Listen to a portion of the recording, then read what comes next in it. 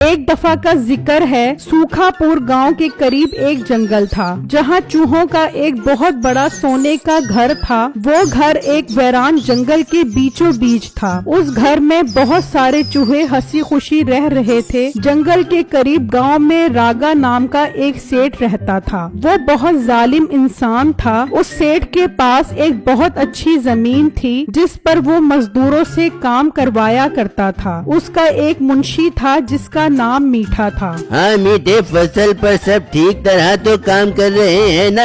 हाँ सेठ साहब, बहुत अच्छा काम कर रहे हैं। कभी कभी सुस्ती दिखाते हैं तो मैं उनको एनर्जी का इंजेक्शन लगा देता हूँ। एनर्जी का इंजेक्शन? वो कौन सा इंजेक्शन है मीठे? सेठ साहब, जब मुझे लगता है वो काम में सुस्ती दिखा रहे हैं तो मैं कहता हूँ जल्दी काम करो, मालिक डबल तनख्वाह देंगे। तो उनकी स्पीड ऐसे बढ़ जाती है जैसे किसी ने उनके पीछे बाउला कुत्ता छोड़ दिया हो। जवाब नहीं तेरे दिमाग का मीठे। तेरी इसी हाजिर दिमागी की वजह से तुझे काम से निकालने का दिल नहीं करता। क्या बाश, बहुत अच्छा काम कर रहा है तू।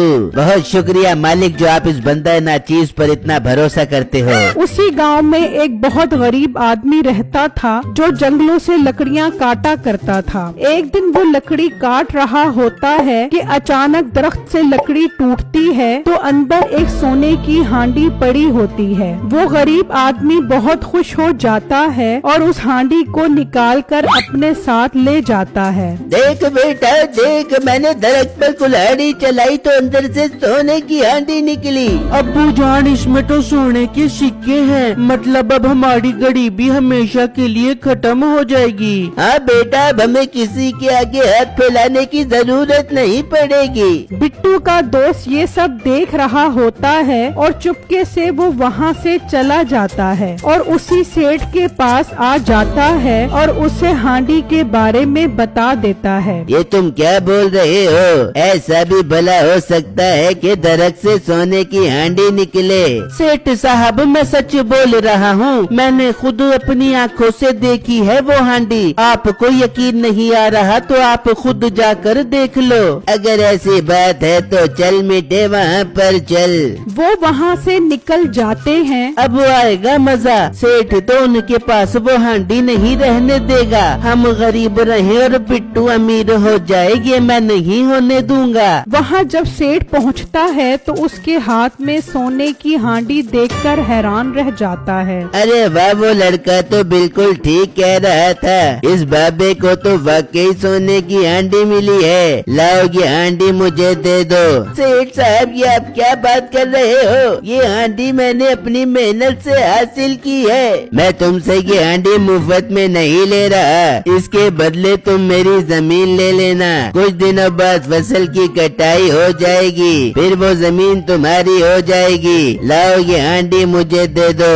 सेठ उनकी एक बात नहीं सुनता और वो हांडी ले लेता है और वहाँ से चला जाता है। बिट्टू और उसका बाप उदास खड़े उन्हें देखते रह जाते हैं। सेठ वो हांडी लेकर अपने घर के अंदर रख देता है। वहाँ कुछ चूहे खाने की तलाश में गांव का रुख करते हैं और उस सेठ के खेत में आ जाते हैं और फसल खाने लग जाते हैं। जब मीठा खेत में आता है तो चूहों को देखकर उसे बहुत गुस्सा आता है। धत तेरे की, ये चूहे कहाँ से आ गए? हुर्र हुर्र, भागो यहाँ से। वो सब चूहे वहाँ से भाग जाते हैं, लेकिन अब उन्हें खाने के लिए सेठ का खेत मिल गया था। मालिक मालिक, गजब हो गया। जब मैं खेत में गया तो देखा वहाँ बहुत सारे चूहे फसल को खा रहे थे। ये क्या बकवास कर रहा है तू?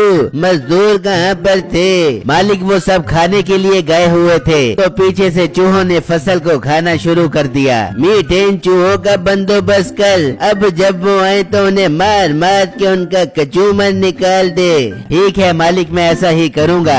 वहाँ बिट्टू और उसका बाप उदास बैठे होते हैं। बेटा, इतनी मुश्किल से सोने की हांडी अपने हाथ लगी थी, लेकिन वो जालिम सेठ अपने साथ ले गया। अब्बू जान, फिक्र मत करें, सेठ उसके बदले हमें जमीन भी तो दे रहा है ना। हम उस पर मेहनत करके अच्छी अच्छी फसलें उगाएंगे और उस सोने के बराबर पैसे कमाएंगे। हाँ बेटा ठीक है, हम कल जाते हैं और सेठ से जमीन अपने नाम करवाते हैं। फिर जब अगला दिन निकलता है तो मीठा खेत में डंडा लेकर बैठ जाता है और चूहों के आने का इंतजार करने लग जाता है। तभी कुछ चूहे खेत में आते हैं और कुछ सेठ के घर के अंदर चले जाते हैं। तो उनकी नजर उस सोने की हांडी पर पड़ती है। वहाँ एक चूहा मीठे के हत्थे चढ़ जाता है। वो उसे मार मार कर जान से मार देता है। बाकी चूहे वहाँ से भाग जाते हैं और जो घर के अंदर गए थे वो उस हांडी से सोने के सिक्के लेकर भाग जाते हैं। मालिक मुबारक हो, देखो मैंने मार मार के चूहे की क्या हालत कर दी है। वाह मीठे, वाह दिल खुश कर दिया तूने।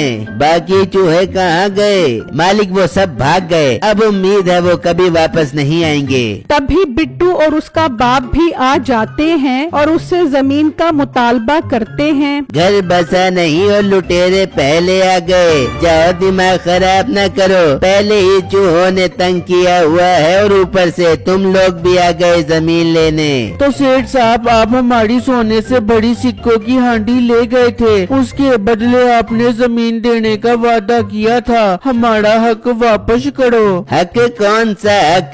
चलो भागो यहाँ से। तेरे बाप को वो हांडी दरख्त में से मिली थी, कौन सा तेरा बाप जहेज में लेकर आया था। बड़े आए हक लेने, निकलो यहाँ से। बिट्टू और उसके बाप को ये सुनकर यकीन हो जाता है कि सेठ ने उनके साथ धोखा किया है। वो उदास होकर वहाँ से जा रहे होते हैं कि देखते हैं एक चूहा वहाँ से सोने का सिक्का लेकर जा रहा होता है। वो दोनों उसके पीछे पीछे जाते हैं। वो जंगलों के रास्ते से होते हुए आखिरकार उस जंगल तक पहुँच जाते हैं जहाँ बहुत सारे चूहे होते हैं। मालिक, उसने हमारा एक साथी भी मार दिया है। हम बहुत मुश्किल से अपनी जान छुड़वा कर